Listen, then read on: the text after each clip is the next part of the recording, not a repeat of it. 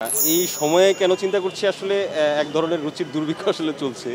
Comedy ঘরানার যে সমস্ত গল্প হচ্ছে আসলে আমাদের এখানে, ধরেন যে এটা কাইন্ড অফ বলা যায় আসলে আমাদের এক ধরনের অবক্ষয় হচ্ছে আসলে। মানে আমরা আসলে একটা গল্পকে আসলে ঠিকঠাক মানে কমেডির যে ধরনের হওয়া উচিত, যে ধরনের কমেডি আসলে করা উচিত, আমরা অনেক স্মার্ট জেনারেশন দেখেছি আসলে। কমেডির জন্য আমাদের ধরেন যে হুমায়ূন আহমেদ স্যার ছিলেন, মারা গেছেন উনি।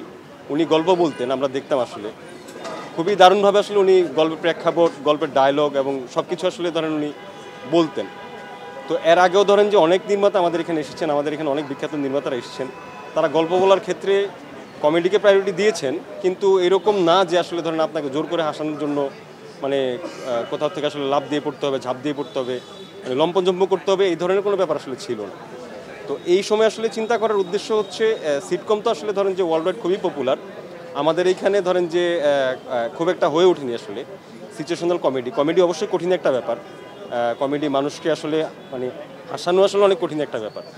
সো আমরা চাই যে আসলে একটা স্মার্ট জেনারেশন যারা আসলে মানে এই গল্পটা অন্তত ধরেন যে আজকে আমরা 2025 সালে বসে একটা গল্প বানাচ্ছি, সেই গল্পটা যেন 10 বছর পরে দেখেও মনে হয় যে না, এইটা আসলে আবহমান। মানে আজকে আমরা যেরকম দেখছি 25 সালকে যেন সে ফিল করতে পারে আসলে। 35 সালে বসে গল্পটা দেখেও যেন সে ফিল করতে পারে যে 25 সালে ঢাকা শহর আসলে কেমন ছিল।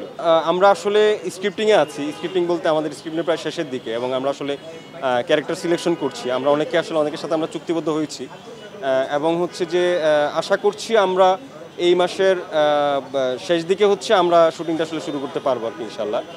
আর প্রত্যাশার জায়গা হচ্ছে আমাদের প্রডিউসার এন্ড থেকে বা নোরা গ্লোবাল মিডিয়া, যাদের আসলে ওনারা আসলে আমেরিকা থেকে যাত্রা শুরু করেছেন।